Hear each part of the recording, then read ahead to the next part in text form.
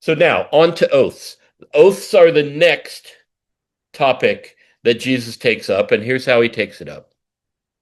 Again, you have heard that it was said to those of old, you shall not swear falsely, but shall perform your oaths to the Lord.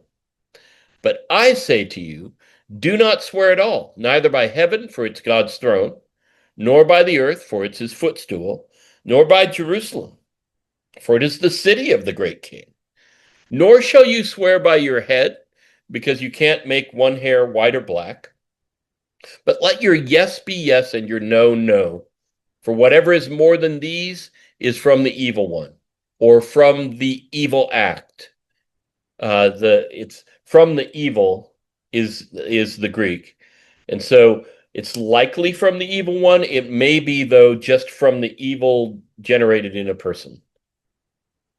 Okay, if this is the statement, Jesus is going to do something that wasn't being done by many in his time, because oaths were a part of not just formal life, right? Taking an oath in a court of law, which would have been normal in their time, but also just the kind of oath where you say, I swear on my mother's grave, X, or I swear on the Bible, in the case of the illustration I had up a moment ago, Y.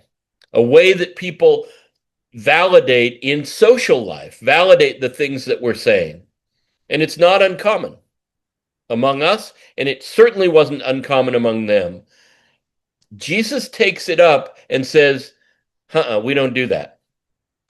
We just say yes and no and stand by them.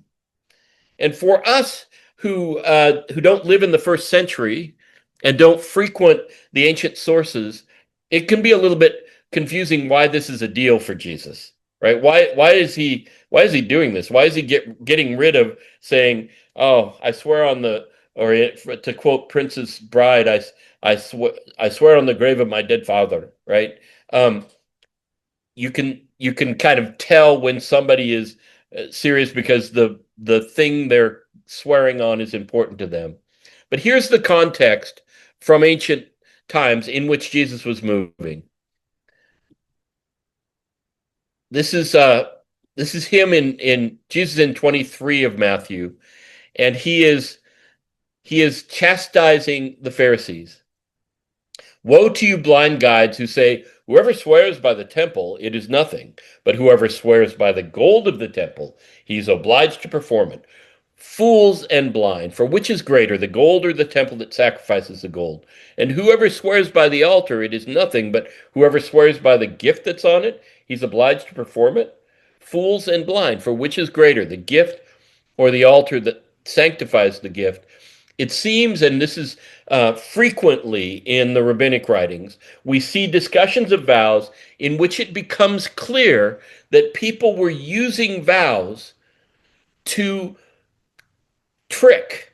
They were saying, "I swear on X," but that wasn't the thing that if you swore on it, it was serious, and so they could get away with lying because they were swearing on something that wasn't classified as a binding swear on. Right now, it sounds strange to us, but you can tell the difference between people who put their fingers behind their back and cross their fingers, and people who say, "I swear on my car that I don't like at all."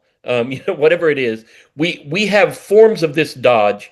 It apparently was happening, and even among the rabbis, it was happening that there were classifications or hierarchies of seriousness about this, and you could use it as a subterfuge. You could use it to get out of telling truth. The other thing about it, and we'll get to that in this next one, Philo of Alexandria said, that being which is the most beautiful. Now, Philo, I quoted earlier, I should tell you who he is. Alexandria, one of the most learned ancient Jews of all. Alexandria was a center of learning, and he fully imbibed the spirit of Greek intellectual life and read the scripture in terms of that and interpreted Judaism in terms of that, sometimes to defend the Jews against people who would persecute them, but often just because he was a curious guy who cared about what things meant. That being which is the most beautiful, wrote Philo, and the most beneficial to human life and suitable to rational nature,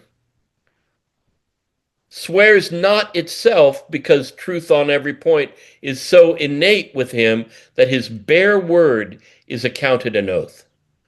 So the best people don't need to swear, don't need to say an oath because people know their authenticity. Next to not swearing at all, the second best thing is to keep one's oath. For by the mere fact, and this is the problem Jesus may have with it, by the mere fact of swearing at all, the swearer shows that there is some suspicion of his not being trustworthy. Right? So Jesus saying, let your yea be yea and your nay be nay, let your yes be yes and your no be no, just count on telling the truth, is a call to his disciples to be truthful.